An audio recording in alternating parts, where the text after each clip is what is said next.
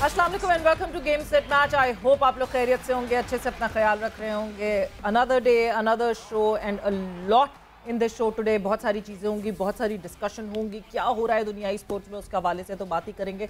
But साथ ही साथ आज क्रिकेट पे बड़ा फोकस रहेगा, बिकॉज आज पाकिस्तान क्रिकेट के एक बहुत मेन कैरेक्टर, एक बहुत मेन किरदार हमारे साथ मौजूद होंगे, तो उस हवाले से भी डिस्कस करेंगे। हमारे साथ एज गेस्ट वो ज्वाइन इन करेंगे। सो मैं हूँ सवेरा पाशा और मेरे साथ मौजूद हैं अदील अजहर। अस्सलाम वालेकुम and good evening, good afternoon आप सबको। Yes, after some hiatus cricket is coming back. Pakistan West Indies series के साथ Pakistan is officially kicking start its cricket season, और उसको हम भी अपने इस डिस्कशन को महवर बनाएंगे अपने आज के प्रोग्राम से, बिकॉज बीच में हमने जाहिर है and we are very proud of that कि हमने क्रिकेट के अलावा और बहुत सारे स्पोर्ट्स को जगह दी और काफ़ी अच्छा ये सिलसिला रहा। वो भी रुकने का नहीं है, लेकिन क्रिकेट का डिस्कशन जाहिर है अब will be taking the centre stage. लेकिन उससे पहले ज़रा नज़र डालते हैं कि पाकिस्तान और दुनिया भर के मेजर स्पोर्टिंग इवेंट्स खबरें कल क्या रहीं।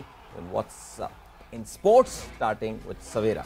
जी बिल्कुल। सो व्हाट्सएप इन स्पोर्ट्स, क्या हो रहा है स्पोर्ट्स की दुनिया में। सो जब हम बात करें पाकिस्तान क्रिकेट की तो वेस्ट इंडीज़ के खिलाफ वनडे सीरीज़ के लिए पाकिस्तान टीम का कैंप कल से शुरू होगा। कौमी टीम के कप्तान बाबर आजम कहते हैं कि इंटरनेशनल क्रिकेट में कोई भी टीम हल्की नहीं होती है। वेस्ट इंडीज़ के खिलाफ फुल स्ट्रेंथ टीम मैदान में उतारेंगे।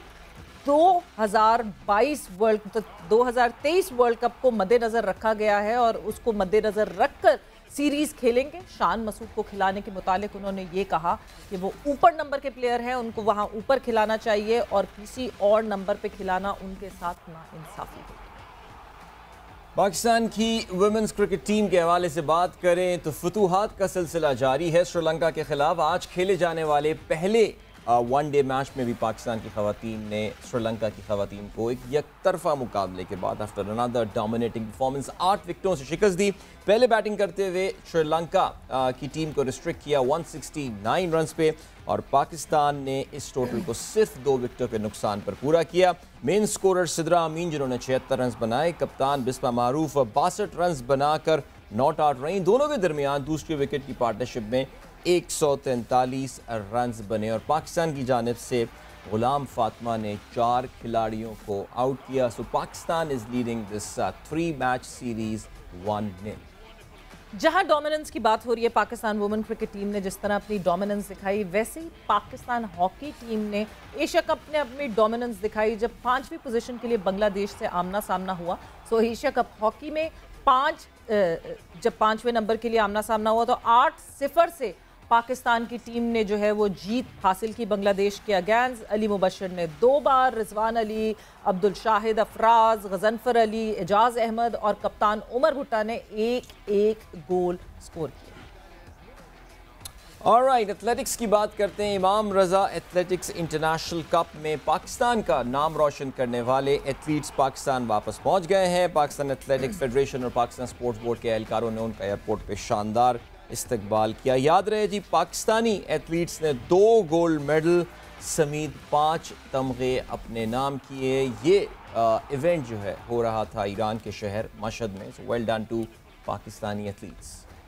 और फिर बात करते हैं फ्रेंच ओपन की। सो फ्रेंच ओपन के सुपर क्वार्टर फाइनल में जहाँ पे नडाल और जोकोविच का हुआ था आमना सामना, वहाँ क्ले कोर्ट के किंग नडाल, राफेल नडाल ने जो है वो बाजी मार ली। नडाल ने आलमी नंबर 1 जोकोविच को 4 सेट में दिलचस्प मुकाबले के बाद जेर कर दिया और सेमीफाइनल में नडाल का मुकाबला अब होगा आगे। और गलत होगी आपकी प्रेडिक्शन नहीं, this was one prediction I really wanted to go wrong. और बट वाकई कल राफेल नडाल ने जिस तरह डोमिनेट किया है, और सिर्फ आई थिंक यस दूसरा सेट जो है वो जोकोविच बहरहाल जीतने में कामयाब हुए, लेकिन I think it was all about Rafael Nadal yesterday. मैं बार बार ये बात बोल रहा था, it was the form running up to the quarter final जिसके मुताबिक मुझे लगता था कि जोकोविच is going to put up a fight, but the match did not even go for the decider, 5th set जिसे कहते हैं। हाउएवर एक बहुत मैराथन मैच था और फ्रांस के टाइम, पेरिस के टाइम के मुताबिक रात को 1:15 बजे, जिसको बहुत सारे लोग 1:15 बजे ही कहते हैं, तब ये मैच जाके ख़त्म हुआ। And Rafael Nadal has won 13 French Open. अभी I think he is pretty much on his way to win the 14th one, unless कोई बहुत ही मेजर जो है वो यहाँ पे अपसेट होता है। बड़ी इंटरेस्टिंग बात ये है that Rafael Nadal is a big fan of real Madrid. अभी उनके फेवरेट क्लब ने जो है वो 14th टाइम चैंपियंस लीग जीती है और नडाल जो हैं वो 14th टाइम फ्रेंच ओपन जीतने वाले हैं। So brilliant news. बिल्कुल। So Nadal was not much excited about the night match. दोनों जोकोविच और नडाल से पूछा गया, they were not much excited कि हाँ जी इतने लेट आवर्स में जो है ये मैच खेला गया, but still winning this. Nadal ने बड़े आराम से कह दिया it was just a quarter final, अभी तो मैंने आगे और मेरा सफ़र होगा। बट एक जो ज़्यादा अच्छी खबर नहीं है नडाल फैंस के लिए वो ये है that he is a bit dicey के शायद ये आखिरी फ्रेंच ओपन होगा जो वो खेल सकेंगे because of his foot injury. He is not sure right now, but कहीं ना कहीं हिंट जरूर दे दिया दी लोगों ने। हाँ बिल्कुल ऐसी है। देखिए your body actually tells you कि आप कितनी टेनिस खेल सकते हैं या नहीं।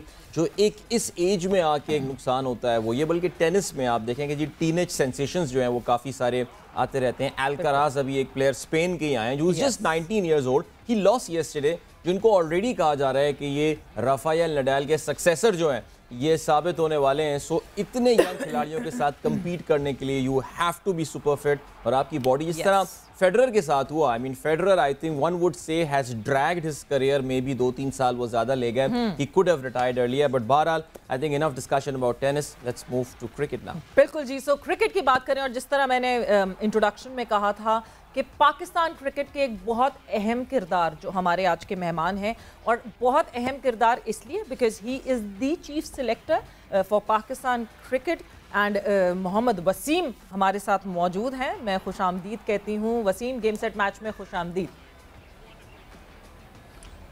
अस्सलाम वालेकुम सवेरा, अस्सलाम वालेकुम अदील, कैसे हैं आप? बिल्कुल ठीक। वालेकुम अस्सलाम वसीम, बिल्कुल खैरियत से। सबसे पहले तो मुझे लग रहा है कि काफ़ी गर्मी है और ह्यूमिडिटी है, जाहिर सी बात है जो लाहौर में इस वक्त हालात हैं। बट वसीम, सीधा हम सवालात पे आएंगे, और सवालात की भरमार मैं नहीं कहूँगी मगर हम शुरुआत यही करेंगे। टीम अनाउंस होती है, मोहम्मद वसीम ने जब एज चीफ सिलेक्टर शुरू किया था तो बड़ा मुझे लगता है कि आपने बहुत पर्सनल ले लिया उस बात को कि लोग सब कहते थे नहीं जी वो लैपटॉप के चीफ सिलेक्टर, और ये आप तो ग्राफ्स और आके एक्सप्लेन करना कि कौन सा प्लेयर ड्रॉप हुआ, कौन सा सिलेक्ट हुआ, क्यों ड्रॉप हुआ, कहाँ चले गए वो वाले मोहम्मद वसीम। एक प्रेस रिलीज आ जाती है और पता चल जाता है टीम कौन सी है। ये लैपटॉप तो अभी मैंने सामने रखा हुआ है अपने, तो लैपटॉप इज स्टिल देयर। शुरू में अर्ली देखें कुछ चीज़ें ऐसी थी कि जिसमें ऑब्वियसली जब आप कोई एक नई चीज़ स्टार्ट करते हैं तो ऑब्वियसली मैं ये तो नहीं कहूँगा स्क्रैच से स्टार्ट किया, बट ऑब्वियसली कुछ चीज़ें ऐसी थी जिनको हम एक नई डायरेक्शन में लेके जाना चाहते थे। कम्युनिकेशन ऑब्वियसली उसमें वेरी इंपॉर्टेंट पार्ट था, मीडिया के साथ काफ़ी चीज़ें एक्सप्लेन करनी पड़ती थी उसमें। आहिस्ता आहिस्ता अगर आप देखते हैं तो शायद उसकी कमी भी थोड़ी सी आपको अब कम नज़र आएगी, उसकी इंपॉर्टेंस को इतनी ज़्यादा चेंजेस टीम के अंदर नहीं आ रही उस टाइम पे। अगर आप देखते हैं तो ऑब्वियसली बिगर स्क्वाड से एक्सप्लेन वो करना पड़ता था, लेकिन इस पे अगर आप देखते हैं कि स्ट्रैटजी के हवाले से तो ऑब्वियसली पीसीबी मीडिया डिपार्टमेंट जो है वो स्ट्रैटजी बनाता है कि किस तरीके से हमने प्रेजेंटेशन करनी है। तो आई थिंक कि बेहतर सवाल उनसे हो सकता है बजाय कि मेरे से। अच्छा वसीम, वर्ल्ड कप के लिए आपने जो टीम देखिए, हम अभी वेस्ट इंडीज़ की सिलेक्शन इन सारी बातों पे आते हैं, लेकिन थोड़ा सा let's go back in history a bit. World cup के लिए आपने टीम सेलेक्ट की थी जिसमें आखिरी लम्हात में कुछ तब्दीलियाँ की गई थी। कहा यह जा रहा था कि जी चेयरमैन रमीज़ राजा की जानिब से इसमें कुछ तब्दीलियाँ की गई थी। एज अ चीफ सेलेक्टर आपके लिए ये अमल कितना तकलीफ दे था कि यार if I have been given this responsibility, it's my job to do this.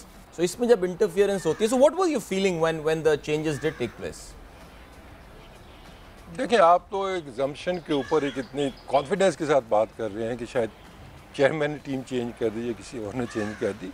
Team पहले भी हम नहीं बनाई थी, सिलेक्शन कमेटी ने बनाई थी, और दूसरी टीम भी जो बनी थी वो सिलेक्शन कमेटी ने ही बनाई थी। और हमारे पास एक क्वेश्चन मौजूद था उसके अंदर कि एक तो हमारी सीरीज़ थी उस टाइम पे, वो अनफॉर्चुनेटली वो कैंसिल हो गई थी, न्यूजीलैंड सीरीज़ थी, तो उसकी परफॉर्मेंसेस तो हमारे सामने नहीं आई। लेकिन T20 की जो परफॉर्मेंसेस थी नेशनल T20 कप का, उसके अंदर हमने देखा कि कुछ चीज़ें ऐसी थी कि जहाँ पर हमने फील किया कि जो ऑन गोइंग फॉर्म लड़कों की चल रही है उसके मुताबिक अगर हम कुछ चेंजेस कर सकें। और ये क्वेश्चन हमें ICC की तरफ से मिला हुआ था, एक सर्टन डेट थी कि वहाँ तक आप चेंजेस कर सकते थे, तो वो हमने जो टीम के लिए मुनासिब समझा उस टाइम पे हमने वो किया, और those changes they actually paid of. अगर आप बाकी मुल्कों को देखते हैं कि जिनकी परफॉर्मेंस अच्छी नहीं रही है तो उन पर यह क्वेश्चन रेज हुआ था कि why couldn't they adopt the same strategy which Pakistan did. अच्छा, वेस्ट इंडीज़ के ख़िलाफ़ भी अभी जब स्क्वाड सामने आया, बट वेस्ट इंडीज़ के स्क्वाड पे जाने से पहले वसीम 60 जो लड़के अलग अलग कंडीशनिंग कैंप में जो है वो 60 लड़कों को बुलाया गया। बहुत से नाम ऐसे हैं उसमें जो जिसकी बात हो रही है कि वो क्यों नहीं हैं लड़के, क्या उनके ऊपर एक स्ट्रेट फॉरवर्ड डिसीजन ले लिया गया है? कुछ नाम, चंद नाम जो मैं आपके सामने रखती हूँ, आप अगर वो बता सकें, हमें वो क्लैरिटी दे सकें, क्या उन लड़कों को वो क्लैरिटी मिली हुई है? Ahmed Shehzad, is he out of the plans? Umar Akmal, is he out of the plans? Because वो उन 60 प्रोबेबल लड़कों में नहीं दिखते। देखिए, अगर आप इन 60 लड़कों की बात करते हैं, अबाउट 57-58 बॉयज़ जो हमने कैंप के अंदर बनाए, तो वो किसी क्राइटेरिया के तहत वो सारे लड़के आए हैं, कहीं ना कहीं वो परफॉर्मेंस दे के आए हुए हैं। तो ऑब्वियसली अगर आप जिन लड़कों की आप बात कर रही हैं तो उनकी परफॉर्मेंस फिर आप देख लें, परफॉर्मेंस वाइज इस कैंप के अंदर वो नहीं आते हैं। लेकिन रूल आउट, मैं हमेशा यही कहता हूँ कि मैं किसी प्लेयर को रूल आउट नहीं करता हूँ। अगर किसी को रूल आउट करूँगा तो डायरेक्ट कम्युनिकेशन उसके साथ करके उसको ये कन्वे की जाएगी चीज़।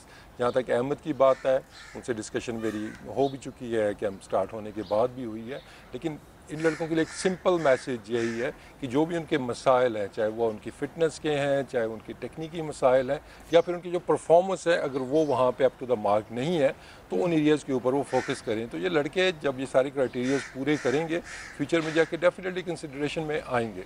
वसीम, रुहेल नज़ीर एक और ऐसा नाम जो कि 60 लड़कों में नहीं था, वो दैट वाज अ शॉकर, क्योंकि मुझे तो ऐसा लगा था, इनफैक्ट बहुत सारे लोगों को ऐसा लगा था कि मोहम्मद रिजवान के बाद अगर हम अगले किसी कीपर पे नज़र रख रहे हैं, किसी को देख रहे हैं, so it was Ruhail Nazir. But Ruhail Nazir यूं पिक्चर में आए और यूं ही पिक्चर से गायब हो गए। नहीं, पिक्चर से गायब तो आप नहीं कह सकते हैं। अगेन मैं कहूँगा कि परफॉर्मेंस आपके सामने है कि जो परफॉर्मेंस जैसी प्रोग्रेशन आपकी चल रही होती है, और एज ए सिलेक्शन सिलेक्शन का जो प्रोसेस है कि आपने स्पेशली जो यंगस्टर्स हैं हमारे, जो अंडर 19 से लड़के आए हैं, उनकी प्रोग्रेशन, उनकी ग्रोथ हमने देखनी है कि वो नेक्स्ट लेवल पे उनकी प्रोग्रेशन हो रही है या नहीं हो रही है।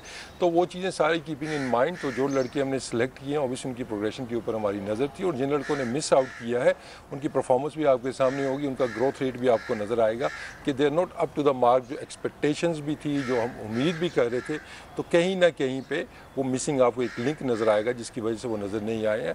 लेकिन अगेन यंग बॉयज़ हैं जितने भी हैं, उनके लिए डोमेस्टिक क्रिकेट खुली पड़ी है, जब भी वो परफॉर्म करेंगे obviously they will be considered again.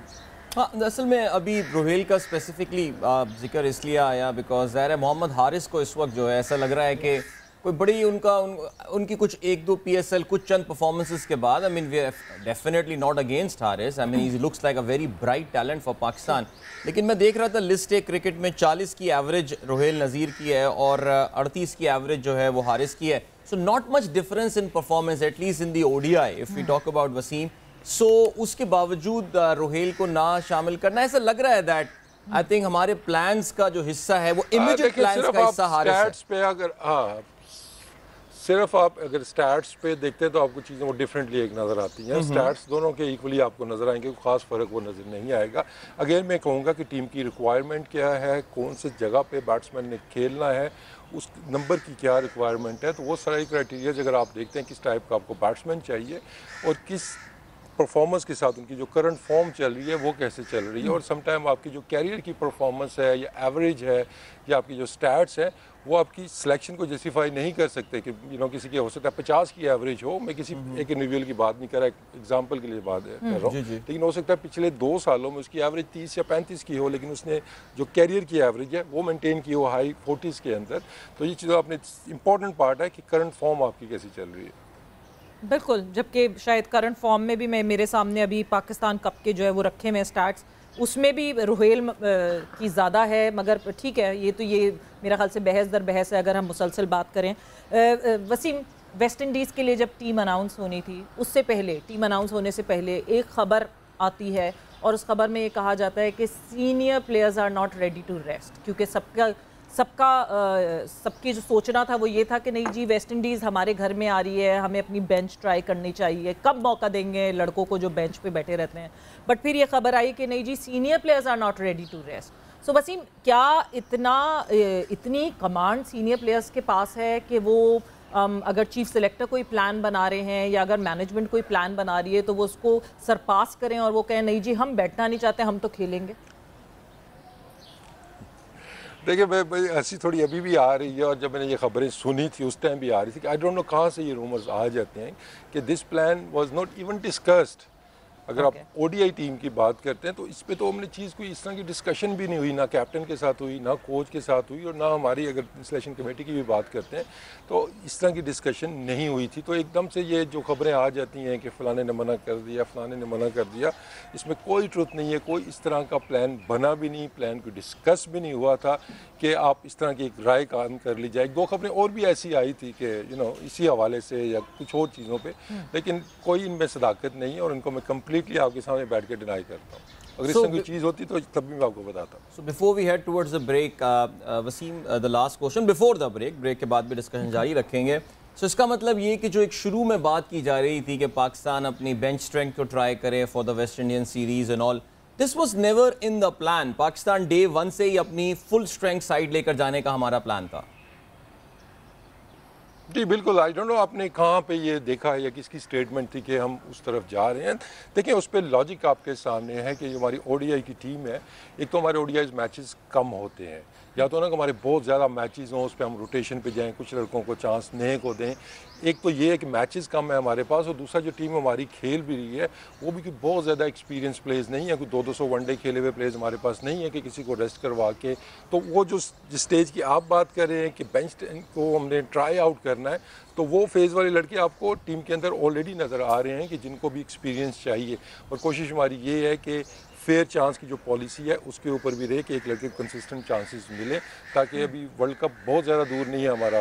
अगर आप 50 ओवर्स का भी देखते हैं, और उससे पहले हमारे की बहुत ज़्यादा मैचेस भी नहीं है ओडीआईज़ के, तो वी आर ट्राइंग कि इसके अंदर हम टीम को सेटल करने की कोशिश करें, जैसे कि हमने T20 में किया था और काफ़ी हद तक उसमें हमें कामयाबी मिली थी।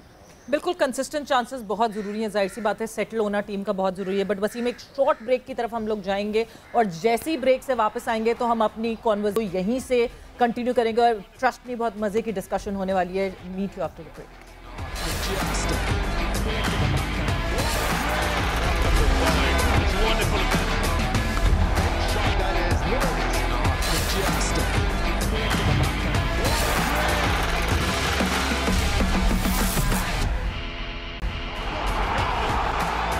And welcome back to game set match. Break पे जाने से पहले डिस्कशन हो रही थी हमारी, अभी भी we are in conversation with the chief selector of Pakistan cricket team Mohammad Wasim. Wasim, coming back to the discussion, West Indies के स्क्वाड के हवाले से अगर हम डिस्कशन का आगाज़ करें तो ये बात तो आपने बड़ी क्लैरिटी में बता दी कि कभी भी ये प्लान नहीं था कि नहीं जी बेंच को इस्तेमाल करना है, बिकॉज सुपर लीग के जो पॉइंट्स हैं वो एट स्टेक हैं। बट फिर एक चीज़ समझ नहीं आती वसीम, हम कब अपनी बेंच को ट्राई करेंगे? कभी मौका भी मिलेगा इन लड़कों को? बिकॉज अभी रिसेंट पास में ही हमने देखा है कि कुछ लड़के बेंच पे बैठे बैठे जो है वो बाहर चले गए, बेंच पे बैठे बैठे अंदर भी आ जाते हैं टीम में, बेंच पे बैठे बैठे बाहर चले जाते हैं। क्या थॉट प्रोसेस होता है? कभी कभार हमें समझ नहीं आता वो। देखें, बड़ा आसान है इसको समझना, कोई मुश्किल काम नहीं है सवेरा। कि पहले कोविड के अंदर जब हमारा चल रही थी चीज़ें, तो उसमें 22 लड़कों के स्क्वाड होते थे, जिसकी वजह से आपको ज़्यादा लड़के उस पर नज़र आते थे। तो ऑब्वियसली जैसे जैसे कोविड की चीज़ें हट रही हैं, हमारे जो स्क्वाड्स हैं वो श्रिंक हो रहे हैं। तो वो जहाँ पहले हम 2 बैकअप्स देते थे, वहाँ पे हम 1 बैकअप अब दे रहे हैं। तो वो आपको स्क्वाड अब 20-21 नज़र नहीं आएंगे, 15, 16 या 17 का आपको स्क्वाड नज़र आएगा। तो कुछ लड़के उसमें मिस आउट करते हैं। और बाकी जहाँ तक बेंच की आप बात करें, मैंने पहले भी एक्सप्लेन किया है कि अगर आप इस स्क्वाड के अंदर भी देखते हैं तो आपको इतना ज़्यादा एक्सपीरियंस नज़र नहीं आता कि आप इसमें कहीं जाए कि इसने बहुत ज़्यादा मैचेस खेल रही हैं तो भी इनको रेस्ट किया जाए। अब उसके अंदर कुछ ऑप्शंस मौजूद हैं इस टीम के अंदर भी, स्क्वाड के अंदर भी। तो वो कुछ स्ट्रैटजी अगर ऐसी बनती है कि कोई squad with in the squad कुछ चेंजेस हों, मतलब प्लेइंग 11 के अंदर, तो that's always on the card. But also depends के दूसरी टीम को असेस करके, कंडीशंस को देख के, मैचेस के रिजल्ट्स कैसे मतलब पहले मैच के आते हैं, तो शायद ये चीज़ें उसमें कंसिडर की जाए। लेकिन जब आपकी एक जैसे अब टेस्ट क्रिकेट है या T20 है, डेफिनेटली उसमें हम थोड़ा सा उन लाइंस के ऊपर सोच रहे हैं। लेकिन ODI का मैंने पहले भी एक एक्सप्लेन किया आपको कि हमारे पास इतने ज़्यादा नंबर ऑफ़ मैचेस नहीं हैं कि हम उस फेज़ में से गुजर सकें। तो आपको T20 और टेस्ट क्रिकेट में ये थोड़ा सी ये चीज़ें नज़र आएंगी। एक और चीज़ वसीम जिसका काफ़ी डिस्कशन हो रहा होता है, वो बाज़ खिलाड़ी हर फॉर्मेट में पाकिस्तान को रिप्रेजेंट करते हुए नज़र आ रहे हैं। गुड फॉर देम कि जी उनकी परफॉर्मेंस ऐसी है कि they can change their mode from test to ODI to T20। लेकिन फिर यही बात की जाती है कि कहीं ये खिलाड़ी ओवर यूज़ तो नहीं हो रहा है या ओवर वक्त तो नहीं हो रहा है। शाहीन शाह अफरीदी का ख़ास तौर से अक्सर ये नाम लिया जाता है कि शाहीन शाह अफरीदी जो है उनका शायद वर्कलोड बहुत ज़्यादा है। जब पाकिस्तान क्रिकेट नहीं भी खेल रहा था तो वो काउंटी में थे और वहाँ पे खेल रहे थे, अब दोबारा आके यहाँ पे और बहुत ही टफ टायरिंग कंडीशंस यहाँ मुल्तान में वो ODIs भी खेल रहे होंगे। सो इस हवाले से कोई कंसिड्रेशन होती है क्या, ये बात की जाती है कि किसी खिलाड़ी को एक स्ट्रेटेजिक ब्रेक दें यहाँ पर और एक टाइम आउट दें उसको सॉर्ट ऑफ कि यार वो पहले ब्रेक ले और फिर वापस आए? हाँ, लेकिन इसका एक पूरा प्रोसेस होता है और उसमें जो रेलिवेंट जो बंदे इन्वॉल्व हैं उसमें ओबियसली टीम का जो स्पोर्ट्स स्टाफ है, कोचिंग स्टाफ उसमें आ जाता है। और मोस्ट इम्पॉर्टेंटली जो हमारे फिजियो हैं, ट्रेनर्स हैं, डॉक्टर्स हैं, वो ये सारी चीज़ें मॉनिटर कर रहे हैं कि वर्कलोड लड़कों का देख रहे हैं। तो ये सारी चीज़ें देख के ही लड़कों की सिलेक्शन की जाती है। और ओबियसली उनके जोन्स बने हुए हैं कि कौन ग्रीन जोन में है, कौन रेड जोन के अंदर है। जब भी कोई रेड जोन के अंदर इस तरह का प्लेयर आएगा उसको ब्रेक उस बुनियाद के ऊपर मिलेगी जाके। तो डेफिनेटली इन चीज़ों पे काम हो रहा है। तो क्योंकि अक्सर लोग शायद समझते हैं कि बगैर सोचे समझे बस खिलाई जा रहे हैं, ऐसा बिल्कुल नहीं है। इसके पीछे बहुत ज़्यादा वर्किंग और काफ़ी हार्ड वर्क हमारे जो स्टाफ। वसीम, जो रेड जोन आपने बताया, जी वसीम, ये रेड जोन जो आपने बताया, ये नंबर ऑफ वर्किंग डेज क्या चीज़ डिटर्मिन करती है that player X is in red zone and player Y is in green zone? ये क्या नंबर ऑफ वर्किंग? देखिए उसमें काफ़ी चीज़ें, काफ़ी ज़्यादा एलिमेंट्स उसमें आते हैं। नंबर ऑफ ओवर्स आ जाते हैं, उसमें फील्डिंग के आवर्स आ जाते हैं। ये बहुत से उसमें ज़्यादा फैक्टर्स मौजूद हैं जिन चीज़ों को, सारी चीज़ों को मिला के कि इसका वर्कलोड मैनेज कहाँ पे हमने कैसे करना है, तो उसकी पूरी एक स्ट्रैटेजी बनती है।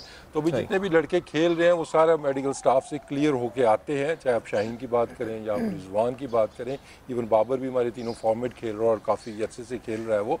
तो जब वो स्टेज आएगी कि जहाँ पे कंसर्न होगा कि इनको इंजरी या कोई और प्रॉब्लम हो सकती है, डेफिनेटली इस ऑप्शन की तरफ जाया जाएगा। लेकिन आगे चल के जैसे मैंने पहले कहा है कि T20 में या इवन टेस्ट क्रिकेट में भी जहाँ पे भी पॉसिबिलिटी मिलेगी इनको रेस्ट देने की कोशिश की जाती है। लेकिन जैसे अभी मिसाल आपके सामने है PSL की है कि उसमें काफ़ी लड़के हमारे बर्न आउट हो गए थे, फिर ऑस्ट्रेलियन सीरीज आई थी, लेकिन उसके बाद थोड़ा सा कंसर्न हुआ था, लेकिन उसके बाद फिर ब्रेकेज हमारी इतनी आ गई थी कि वो दोबारा से ग्रीन जोन के अंदर आ गए लड़के। ऑलराइट। अच्छा, जब हम शान मसूद की बात करते हैं, बड़ी रेगुलरिटी में आपसे भी बहुत सवाल पूछे गए होंगे, मुसलसल बात हो रही है कि Shan Masood, everyone was expecting, जिस तरह उनका काउंटी का सीज़न गुजरा, जिस तरह उनकी परफॉर्मेंसेज आ रही थी सामने, एवरीवन वाज एक्सपेक्टिंग कि शायद Shan Masood would be called back for Pakistan. any particular reasons why he is not in the team, why he is not in the squad? देखें, एक तो काउंटी क्रिकेट में भी अच्छा परफॉर्मेंस ने दिया, लेकिन डोमेस्टिक में भी अच्छा परफॉर्मेंस वो दे के गए हैं, जिसकी वेटेज कम से कम मेरे लिए ज़्यादा है कि हमारी डोमेस्टिक क्रिकेट तगड़ी है बाकी जगहों से अगर आप देखते हैं तो परफॉर्मेंस तो वो दे रहा है। लेकिन अब प्रॉब्लम जो आपके सामने आ रहा है कि obviously is a top order batsman, और हमारा अगर आप वाइट बॉल में देखते हैं तो एक हैवी आपको टॉप ऑर्डर नज़र आता है जिसमें लड़के परफॉर्म भी कर रहे हैं। तो वो थोड़ी सी इस वजह से मैं कहूँगा कि प्लान्स में वो डेफिनेटली है। अब नाउ द डिसीजन इज क्या आया वो मिडिल ऑर्डर में एडजस्ट हो सकते हैं या नहीं हो सकते हैं, क्योंकि top of the order at the moment थोड़ा सा मुश्किल नज़र आ रहा है। On the same time we are looking कि उनकी जो फॉर्म लगी हुई है किस चीज़ से हम उसको यूटिलाइज कर सकें। अब जहाँ मिडिल ऑर्डर की बात आती है तो उसमें ऑब्वियसली थोड़ा सा एविडेंस की कमी नज़र आती है कि क्या वो एक्सपेरिमेंट हम इंटरनेशनल लेवल पे करें या हम उससे पहले एक एविडेंस हमें डोमेस्टिक क्रिकेट का या जहाँ पे भी वो खेल रहे हैं हमारे पास एक एविडेंस आ जाता है कि यार ये मिडिल ओपनर है, लेकिन ये मिडिल ऑर्डर का तो डायरेक्टली आज बाबर ने अपनी प्रेस कॉन्फ्रेंस में मिडिल ऑर्डर का तो डायरेक्टली मना कर दिया कि नहीं जी, शान के साथ बड़ी ज्यादती होगी अगर उनको, वो टॉप ऑर्डर के प्लेयर हैं, उनको अगर मिडिल ऑर्डर में खिलाया गया तो वो तो डायरेक्टली मना कर दिया बाबर ने। देखिए, मना बात वही है कि एविडेंस नहीं है हमारे पास अभी। तो जब वो एविडेंस आ जाएगा, ऑब्वियसली मैं शान के साथ इन टच हूँ इस बात के ऊपर भी, और उस पर हम डिफरेंट ऑप्शंस के ऊपर सोच रहे हैं, लेकिन definitely is in our plans, वो ज़्यादा दूर नहीं है वाइट बॉल क्रिकेट से भी। लेकिन वसीम, अगर आप देखिए शान को ना लेने, आपने अब्दुल्ला शफीक को जगह दी है यहाँ पे। ज़ाहिर है अब्दुल्ला शफीक भी वो जो आप टॉप हैवी होने की बात कर रहे हैं पाकिस्तान की, अब मैं जब अब्दुल्ला का लिस्ट रिकॉर्ड भी देखता हूँ, ये प्लेस जस्ट 4 मैचेस जिसमें उन्होंने 57 रन बनाए। ज़ाहिर है वो तो कोई कंसिडरेशन मेरे ख्याल से टीम में उनको लेकर नहीं आ रही होगी। टेस्ट में उन्होंने रिसेंटली बहुत स्कोर किया है। सो ये जो क्रॉस फॉर्मेट एक हम लोग सिलेक्शन वाला एक कॉन्सेप्ट है कि यार उसने रिसेंटली बड़ा अच्छा परफॉर्म किया इन टेस्ट, तो आइए उसको हम ओडीआई में भी ले आते हैं। डोंट यू थिंक कि उससे पहले based on the list A Pakistan का परफॉर्मेंस शान की जगह बन जानी चाहिए थी इससे? देखिए, एक तो उसमें Abdullah was selected ahead of शान, क्योंकि अगर आप डोमेस्टिक में भी देखते हैं तो उस टाइम शान मिस आउट कर गए थे हमारा डोमेस्टिक का कुछ हिस्सा अपने पर्सनल रीज़न की वजह से उनकी। तो एक तो वहाँ पे अगर आप टेस्ट क्रिकेट की बात करते हैं तो उस टाइम पे इमाम की परफॉर्मेंस ज़्यादा थी, ऑब्वियसली वो दोनों प्लान्स का हिस्सा थे, लेकिन उस टाइम पे शान ने मिस आउट किया, वो सीज़न का पहला हाफ खेल नहीं सके, और जब पे हम एक ओपनर की ज़रूरत पड़ी जब हमें टेस्ट क्रिकेट के अंदर, आबिद अली अनफॉर्चुनेटली जब उनकी तबीयत नासाज हुई, तो वहाँ पे जो करंट फॉर्म थी, करंट परफॉर्मेंस थी, इमामुल हक की हमें ज़्यादा नज़र आई, वहाँ पे इमामुल हक आगे टीम के अंदर। जहाँ तक अब्दुल्ला की आप बात करें, देखिए अब्दुल्ला का सवाल पिछले साल 1.5 साल से जितना मेरे से हुआ है शायद किसी और प्लेयर के बारे में ना हुआ हो। अभी आपने सिर्फ बात की है ओडीआई के स्टैट्स के बारे में, इतना खेला हुआ नहीं है, इससे पहले यही क्वेश्चन होता था उसकी फ़र्स्ट क्लास के ऊपर भी कि वो इक्का दुक्का मैचेस खेला हुआ है, 1 सेंचुरी की हुई है, आप कैसे उसको लेके आ गए हैं। उस टाइम भी मैंने यही कहा था कि देखें वो पोटेंशियल के ऊपर, क्योंकि सिर्फ स्टैट्स के ऊपर टीम बनाना तो शायद आप भी बड़े आराम से बना लेंगे, जैसे भी सवेरा ने कह दिया जी कि रोहेल जाते जाते एक सवाल कर गई शरारत वाला कि रोहेल ऊपर नज़र आए पाकिस्तान कप में, we need a wicketkeeper batsman. तो आप जहाँ कीपिंग की परफॉर्मेंस देख रहे हैं, डिसमिसल देख रहे हैं कि जी 13 आउट उसके हैं, तो 12 वाला कैसे सिलेक्ट हो गया, आप दूसरा कॉलम देखिए, इंटरनेशनल क्रिकेट की रिक्वायरमेंट है, we need a wicketkeeper batsman. तो आपने बैटिंग का एलिमेंट भी साथ में देखना है, तो स्टैट्स को आप इधर से देखें या उधर से देखें तो अपना अपना वर्जन आप ला सकते हैं। Coming back to the point, जिस तरह अब्दुल्ला की फॉर्म आप जैसे आपने भी जिक्र किया है कि टेस्ट मैचेस में ज़बरदस्त परफॉर्मेंस बांग्लादेश से वो स्टार्ट हुए, ऑस्ट्रेलिया के अगेंस्ट भी जिस तरह उन्होंने परफॉर्मेंस दी, तो वो जो उनकी फॉर्म चल रही है इंटरनेशनल क्रिकेट की, और जिस तरह हमने उसको असेस किया है, जिसकी की टेक्निक है, जिस तरीके से वो खेलता है, तो हमने उसको सिलेक्ट किया था कि वो ओडीआई क्रिकेट में भी उतना ही सक्सेसफुल रहेगा, और होपफुली जब उसको चांस मिलेगा he will prove himself just like he did in test cricket में। तो he was selected ahead of Shan Masood in the previous series, उससे पिछली सीरीज़ के अंदर भी। तो एकदम से एक लड़का, जैसे सवेरा पहले कह रही थी कि लड़का बाहर बैठा है, खिलाए बगैर उसको बाहर कर देते हैं, तो अगर हम उस पॉलिसी को भी देखते हैं तो पहला right eight the moment Abdullah का बनता है। ठीक है, हम जिस तरह बात कर रहे हैं अब्दुल्ला के पहले आने की, ठीक है, मैं इसको शायद रोटेशन पॉलिसी का अगर इसको नाम देने की कोशिश की जाए तो डेफिनेटली रोटेशन पॉलिसी हो सकती है, but Wasim, rotation policy, drop and rest में डिफरेंस, इन सारी चीज़ों के हवाले से मैं आपसे बात करूंगी, मगर एक छोटे से ब्रेक पर जाएंगे, ब्रेक से वापस तो डिस्कशन को यहीं से कंटिन्यू करेंगे।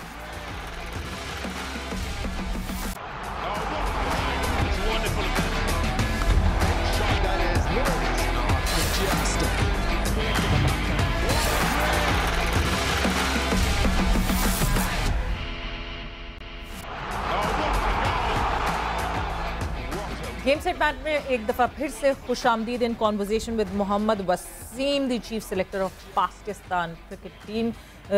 वसीम से हम आगे जो है अपनी कॉन्वर्जेशन को हम आगे बढ़ाते हैं, और जिस तरह ब्रेक पे जाने से पहले वसीम आपसे मैंने एक सवाल पूछा था रोटेशन पॉलिसी का, ड्रॉप होने का, रेस्ट होने का, मतलब ये डिफरेंस की क्लैरिटी जो है वो क्या हमारे प्लेयर्स के पास है कि नहीं जी इनको रेस्ट करवा रहे हैं, ये ड्रॉप नहीं हुए हैं। तो जब रोटेशन पॉलिसी की मैं बात करती हूँ एज अ चीफ सिलेक्टर, क्या क्या रोटेशन पॉलिसी है पाकिस्तान क्रिकेट में? देखिए, definitely we are working on these lines. अभी एक पॉलिसी पे हम काम भी कर रहे हैं, ऑब्वियसली हेड कोच उस पर ऑन बोर्ड हैं, और कुछ चीज़ें भी अंडर डिस्कशन है कि एक तो इंटरनली एक पॉलिसी होती है, और वो जब प्लेयर से भी बात की जाती है, पास में आपने देखा होगा कुछ प्लेयर्स ने रेस्ट किए हैं, उसके ऊपर शाहीन ने भी कुछ मैचेस में रेस्ट किया था, लेकिन अब हम कोशिश कर रहे हैं कि उसके ऊपर एक प्रॉपर एक पॉलिसी बनाई जाए, ताकि जो हमारी बेंच स्ट्रेंथ है, स्पेशली वो टीम जो हमारी सेटल है और कुछ एरियाज़ ऐसे हैं कि जहाँ पे हमें नज़र आ रहा है कि we would need a backup soon, मतलब आगे चल के कुछ अगर आप देखते हैं एज वाइज भी लड़के देखते हैं आगे चल के शायद उनके पास साल या 2 साल बाकी हैं, उनसे भी प्लान्स उनके भी डिस्कस किए जा रहे हैं कि उनके क्या प्लान्स हैं, ताकि जब कोई एक वैक्यूम आता है, कोई एक जगह खाली होती है टीम के अंदर, तो एकदम से नया लड़का उसको फिल इन करने के लिए रेडी हो, ताकि उसके बेल्ट के अंदर की 2-4-6 मैचेस ऑलरेडी मौजूद हों। तो हम इसके ऊपर काम कर रहे हैं और बहुत जल्द इस पर आपको चीज़ें नज़र भी आएंगी। अच्छा वसीम, एक खिलाड़ी जिसको पाकिस्तान क्रिकेट बोर्ड ने बड़ा सपोर्ट किया in the time that he has struggled is Hasan Ali, और हमने हसन को बड़ा ऑब्वियस हमने स्ट्रगल करते हुए देखा, विकेटें नहीं ले पा रहे थे। I mean as recently as Australia series हमने ये देखा कि इवेंचुअली उनको फिर प्लेइंग 11 से ड्रॉप भी किया गया। लेकिन however if you look at the squad he has made he still intact, his position is still intact. So उनकी जो काउंटी की पोजीशन थी, जो उनकी परफॉर्मेंस थी, was that the reason why he's still being persisted? Because तकरीबन 1 साल हो गया, अभी तक कोई हमें स्टैंड आउट परफॉर्मेंस हसन की इन पाकिस्तान कलर्स नज़र आ नहीं रही है। देखिए ओवरऑल अगर आप हसन की परफॉर्मेंस देखती हैं तो he has been our match winner, चाहे आप साउथ अफ्रीका की होम सीरीज़ जहाँ से स्टार्ट हुई थी हमारी वहाँ से बात करते हैं, टेस्ट मैच उसने जिताए। वाइट बॉल में आई डू एग्री कि थोड़ा सा उनका परफॉर्मेंस मतलब अप टू द मार्क उस तरह नहीं रही है, लेकिन अब इस पे ये आ जाता है जी कि देखिए हसन इज़ वन ऑफ दोस्त कि वो मैच विनर रहा है, we still believe in him कि वो हमें मैच जिता सकता है। जो हमारा टीम मैनेजमेंट है उनका ट्रस्ट उसके ऊपर है, सेलेक्टर्स का ट्रस्ट उनके ऊपर है, मेरा ट्रस्ट अपना उसके ऊपर काफ़ी है कि will make a comeback.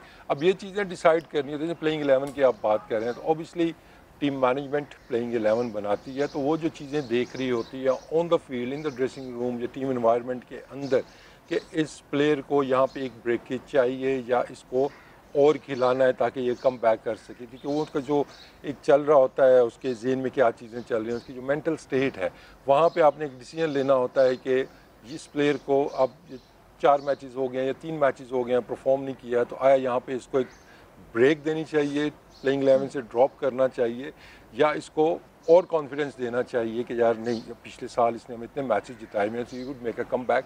तो वो इंटायरली डिसीजन जाता है टीम मैनेजमेंट को, they are in the better position कि वो चीज़ को बड़ी करीब से देख रहे होते हैं।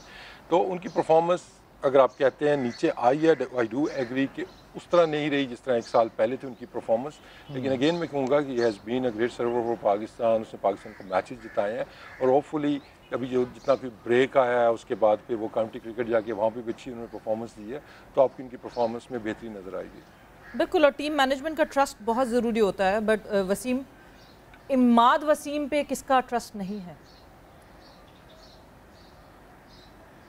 तो ये रिपीट करेंगे? मैंने कहा टीम मैनेजमेंट का ट्रस्ट जो है वो बहुत ज़रूरी होता है, बट इमाद वसीम पे किसका ट्रस्ट नहीं है? बिकॉज वो क्यों गायब हो गए पिक्चर से? बिल्कुल देखिए आप हसन अली की आप बात कर रही हैं तो उसकी परफॉर्मेंस आप बता रही हैं, किसी और प्लेयर का नाम लेंगी तो आप परफॉर्मेंस नहीं बता रही, सीधा उसका सवाल कर रही हैं। परफॉर्मेंस में डिक्लाइन आता है आपकी तो तभी आप टीम से ड्रॉप होते हैं, ऐसा कभी भी नहीं हुआ जी एक लड़का परफॉर्म कर रहा है ऊपर से ऊपर जा रहा है वो टीम से ड्रॉप हो गया। पीएसएल में Imad Wasim had a good PSL this time around. देखिए आप सिर्फ पीएसएल की परफॉर्मेंस देख रही हैं, मैं पाकिस्तान टीम की परफॉर्मेंस भी देख रहा हूँ, वहाँ की रिक्वायरमेंट जो देख रहा हूँ। इमाद का मैं ये नहीं कह रहा कि जी बिल्कुल उसकी क्रिकेट ख़त्म हो गई है, ऑब्वियसली उनके कुछ इश्यूज और भी थे जो इमाद से डिस्कस भी हो चुके हैं, अभी वो कैंप के अंदर भी आए हुए हैं, उन चीज़ों पे वो काम भी कर रहे हैं, अपनी बॉलिंग के ऊपर भी और अपनी फिटनेस के ऊपर भी, क्योंकि एक आपको ये टीम एनवायरनमेंट हमारा नज़र आ रहा है अभी जो पिछले मैं कहूँगा कि वर्ल्ड कप बल्कि उससे पहले ये एक ट्रेंड स्टार्ट हो गया था कि हमारी टीम के अंदर आपको फिटनेस बेहतर नज़र आ रही है, फील्डिंग के स्टैंडर्ड्स आपको हाई नज़र आ रहे हैं और आपको बैटिंग ऑप्शन ऐसे नज़र आ रहे हैं जो कहीं पे भी यूटिलाइज़ कर सकते हैं आप। वो साथ में बॉलिंग में भी ऐसे ऑप्शन हैं कि वो नया बॉल भी कर ले, चाहे वो स्पिनर है, चाहे वो फास्ट बॉलर है, वो मिडिल ओवर्स भी कर ले, आखिर में ज़रूरत है वहाँ पे भी कर ले। जब ये सारी चीज़ें हम कंपेयर करते हैं और साथ में बैटिंग और फील्डिंग वाले एलिमेंट्स डालते हैं तो एट द मोमेंट हमें मोहम्मद नवाज़ बेहतर चॉइस नज़र आए जिसकी वजह से वो टीम के अंदर है। बट एक फिटनेस की मैं एक बिल्कुल वसीम आपसे बात करना चाहूँगी, क्योंकि जब ऑस्ट्रेलिया की टीम आई हुई थी फिटनेस की बात हुई जी, यासिर शाह फिटनेस की वजह से टीम का हिस्सा नहीं बन सकते, बट यासिर शाह पाकिस्तान कप में जाते हैं और बलूचिस्तान को अपनी टीम को जिता देते हैं और जिस तरह विकेटें हासिल करते हैं, तो वो उड़ते उड़ते कैचेस इधर से उधर बैटमैन सुपरमैन कैचेस वो ले रहे थे। सो क्या फिटनेस का क्राइटेरिया पाकिस्तान कप में वो नहीं रिक्वायर्ड होता जो कि टीम में रिक्वायर्ड था? देखिए आप फिर कंफ्यूज हो रही है ना, फिटनेस सिर्फ फिटनेस भागने दौड़ने की फिटनेस की बात नहीं होती है, साथ में आपकी एक बॉलिंग फिटनेस है और फिर किस फॉर्मेट में आप खेल रहे हैं। अगर आप कहते हैं कि वो 10 ओवर की बॉलिंग में आपको फिटनेस वो नज़र आ जाएगी कि आपको 25-30 ओवर जाके टेस्ट क्रिकेट के अंदर करने हैं, तो वो फिर जाती होगी कि इस तरह का कंपैरिजन करना। अच्छी बात यह है कि यासिर शाह ने मेहनत की है, इन दिनों भी वो कैंप के अंदर थे, यहीं NHPC पे मौजूद थे, अभी भी कैंप चल रहा है और उनकी फिटनेस में काफ़ी ज़्यादा बेहतरी आई है, वर्किंग ऑन दोज लाइंस जो कि रिक्वायर्ड थी। तो आगे चल के वो हमारे प्लान्स में आपको नज़र आएंगे। लेकिन ये कह देना जी कि वो वहाँ पे ऐसे नज़र आ रहे थे, वो बॉलिंग की फ़िटनेस की अगर हम बात करते हैं, that was the main concern कि बॉलिंग फिटनेस आपकी, बॉलिंग फॉर्म कैसी है। अगेन यासिर शाह की भी आप परफॉर्मेंस देखते हैं तो वो जब एक तो इंजरी का उनको इशू चल रहा था, दूसरा परफॉर्मेंस भी उनका ग्राफ अगर आप देखते हैं तो पिछले 1-1.5 साल में वो काफ़ी नीचे आया था, जिसकी वजह से दूसरे ऑप्शन की तरफ वापस गया था। तो बहुत से फैक्टर्स आपको देखने होते हैं, सिर्फ ये जी आपने सुन लिया जी कि वो अनफिट है तो वो टीम में नहीं है, लेकिन वहाँ पे तो भाग दौड़ रहा है, आपने बहुत सी और चीज़ें भी उसमें देखनी होती हैं। तो वो बॉक्सेस जो बाकी थे वो उस टाइम वो टिक नहीं कर रहे थे, जिसकी वजह से वो टीम का हिस्सा नहीं बन सके थे। लेकिन एक चीज़ जो एक अच्छा मैसेज प्लेयर्स को इन जेस्चर से जाता है कि देखें वो टीम कैंप के अंदर मौजूद थे, उनको भी पता था कि अगर वो फिटनेस गेन करेंगे तो उनको ज़रूरत पड़ी टीम के अंदर तो उनको कॉल कर लिया जाएगा।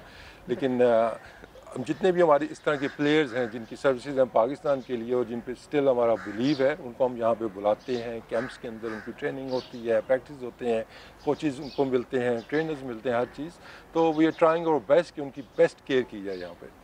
अच्छा वसीम, यासिर शाह का जिक्र किया तो स्पिनिंग डिपार्टमेंट इन जनरल हम बात करते हैं। एक चीज़ जो वाकई नज़र आ रही है वो ये कि पाकिस्तान में हमें अभी तक यासिर शाह का कोई सक्सेसर भी नज़र नहीं आ रहा। अगर आप मॉडर्न पाकिस्तान का करंट टेस्ट स्क्वाड भी देखते हैं सो हम ऐसे स्पिनर्स पे रिलाई कर रहे हैं जो कि अगर हम अगले 5 साल 8 साल या 10 साल की बात करें तो शायद पाकिस्तान के स्क्वाड का हिस्सा भी नज़र नहीं आ रहा है, वो उम्र के इस हिस्से में पहुँच चुके हैं।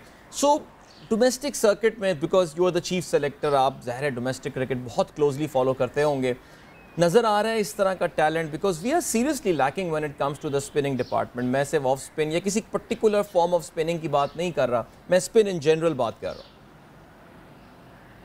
डेफिनेटली ये पॉइंट ऑफ कंसर्न है और मैं अक्सर इस पर बात भी कर चुका हूँ कि स्पिन डिपार्टमेंट हमारा ऐसा है कि जिसमें हम लैक कर रहे हैं। फास्ट बॉलर माशाल्लाह काफ़ी आ रहे हैं, अभी जो खेल रहे हैं वो भी ज़बरदस्त बॉलर्स हैं। उसके बाद जो नेक्स्ट हमारे B या C कैटेगरी में आते हैं, जो बैकअप्स पे आते हैं, एक बड़ा हमारे पास ख़जाना मौजूद है फास्ट बॉलर्स का। बैटिंग में भी इसी तरह टैलेंट आ रहा है। स्पिन डिपार्टमेंट एक ऐसा था कि जहाँ पे हमने स्ट्रगल की है और अभी भी अगर हम देखते हैं तो अभी जो कैंप हमारा लगा इस पर हमने तकरीबन 18 से 20 स्पिनर्स डोमेस्टिक क्रिकेट के बुलाए हुए हैं, फर्स्ट क्लास परफॉर्मेंस के ऊपर, अंडर-19 की परफॉर्मेंस के ऊपर। तो we are working on those lines, क्योंकि पास में हमने जो एक मैं कहूँगा कि थोड़ी सी गलती जो की थी कि हमने बैकअप्स तैयार नहीं किए थे कि एक बॉलर खेल रहा है तो वो खेल ही रहा है। मतलब मैं अगर थोड़ा पीछे जाऊँ, जैसे सईद अजमल था कि सईद अजमल था, वो मैचेस हमें जिताई जा रहा था, वंस ही वाज गॉन, एकदम से इमीडिएट हमारे पास उस तरह की रिप्लेसमेंट मौजूद नहीं थी। Same case with Yasir Shah जब पीक के ऊपर थे तो उस टाइम पे हमने कोई उस तरह का स्पिनर डेवलप नहीं किया। लेकिन अब हम we are working on that policy कि हमारे पास हर टाइप के प्लेयर के कम से कम 2 से 3 ऑप्शन हमारे पास मौजूद हो। और स्पिनर्स पे सकलैन भी बड़ी मेहनत कर रहे हैं, बाकी कोचिंग स्टाफ भी यहाँ पे मौजूद है। तो होपफुली आपको जल्द कुछ स्पिनर्स नए नज़र आएंगे इस डोमेस्टिक क्रिकेट के अंदर कि जिनको आगे चल के हम कह सकते हैं कि बैकअप्स तैयार होंगे। लेकिन I must agree on this के वी लैक कर रहे हैं हम इसके अंदर। अच्छा वसीम, वक्त का मुकाबला सख्त, 2-3 सवाल जल्दी मैंने आपसे पूछना है, आपने जल्दी जवाब देने। क्या सिलेक्शन कमेटी और चीफ सेलेक्टर सोच रहे हैं डिफरेंट फॉर्मेट की डिफरेंट टीम्स होनी चाहिए, इसके बारे में? देखिए उसमें वाइट बॉल की अगर आप देखते हैं तो बहुत ज़्यादा आपको डिफरेंस उस तरह नज़र नहीं आ रहा है। हमारे कुछ प्लेयर्स हैं जो वाइट अभी ODI के स्पेशलिस्ट हैं, लाइक्स ऑफ इमाम है, उसके अंदर आपको नज़र आते हैं मोस्टली। बाकी हमारे वाइट बॉल के वही लड़के T20 में भी आपको नज़र आ रहे हैं और वनडे के अंदर भी। और इसी तरह टेस्ट क्रिकेट में भी अगर आप देखते हैं तो काफ़ी हमारे प्लेयर्स हैं जो कि तीनों फॉर्मेट खेल रहे हैं, ये दोनों white ball red ball cricket खेल रहे हैं, लेकिन उन लाइंस के ऊपर मतलब अगर आप देखते हैं तो ऑलरेडी आपको एक डिफरेंस नज़र आ रहा है कि हमने मार्क कुछ प्लेयर किए हुए हैं कि जो सिर्फ रेड बॉल के लिए सूटेबल हैं, कुछ प्लेयर सिर्फ ODI के लिए हैं और कुछ T20 के लिए, तो we are working on those lines. लेकिन कह देना जी कि पूरी की पूरी टीम वो कर देना, आई थिंक वो हमारे प्लान्स में नहीं है। और I think we are blessed कि we have players like Shaheen, Babar, Rizwan, कि जो सारे फॉर्मेट खेल सकते हैं और इसमें मैचेस उन्होंने जिताए हुए हैं। तो I think we are blessed कि हमें बिल्कुल ही कोई 11 उधर 11 इधर 11 उधर करने की ज़रूरत नहीं है। हमारे पास इतने मल्टी टैलेंटेड प्लेयर्स हैं जो कि दोनों फॉर्मेट खेल सकते हैं। अच्छा, रिजवान के बाद हारिस हमें सामने दिख रहे हैं, सरफराज को कहें टाटा बाय बाय बस? सॉरी, आपकी आवाज़ दोबारा नहीं है। मैंने कहा रिजवान के बाद हमें हारिस दिख रहे हैं as a successor for Rizwan, तो सरफराज को बस हम कहें कि अब आप डोमेस्टिक खेलें बस? देखिए, उसमें बात फिर वही है कि टीम की रिक्वायरमेंट क्या है, किस नंबर पे अगर एक कोई बैट्समैन है या कीपर है, कौन से नंबर पे उसने खेलना है, वो टीम की रिक्वायरमेंट क्या है और इंटरनेशनल क्रिकेट की आपकी रिक्वायरमेंट क्या है। तो उस लिहाज से देखते हैं तो हारिस हमें बेहतर ऑप्शन नज़र आते हैं इस टाइम। पूरी जितनी भी करंट क्लाउड है, पुरानी है या नए लड़के हैं उसके अंदर, कि जिस तरह क्रिकेट उन्होंने खेली है, डोमेस्टिक क्रिकेट में भी जिस तरह उन्होंने परफॉर्म किया है, PSL के अंदर भी उन्होंने दिखाया है, आई थिंक वो सूटेबल है एट द मोमेंट कि वो रिक्वायरमेंट जो टीम की है वो उसको पूरा करते हैं। ठीक है, great great, thank you so much Wasim, thank you so much for your time. बहुत अच्छी कॉन्वर्सेशन आप रही और बहुत आपने पेशेंस के साथ हमारे तमाम सवालात सुने और उनके जवाबात भी दिए। And I think it would have been a good understanding, good learning for all of us कि किस तरह एक चीफ सेलेक्टर का माइंडसेट क्या चल रहा होता है। यस, कुछ सवालात में तिश्नगी ज़रूर हमारी रह गई, जिसको ज़ाहिर है मौका मिला आगे तो फर्दर एलैबोरेट करेंगे। कुछ जगहों पे, एक या दो जगहों पे कॉन्ट्रडिक्शन नज़र आई, but then this was not the idea to engage into कोई हम डिबेट में निकल जाएं, बल्कि ज़्यादा मैक्सिमम सवालात अभी हमने जो सवालात शो से पहले बनाए हुए थे कुछ रह गए, but we have to stop here.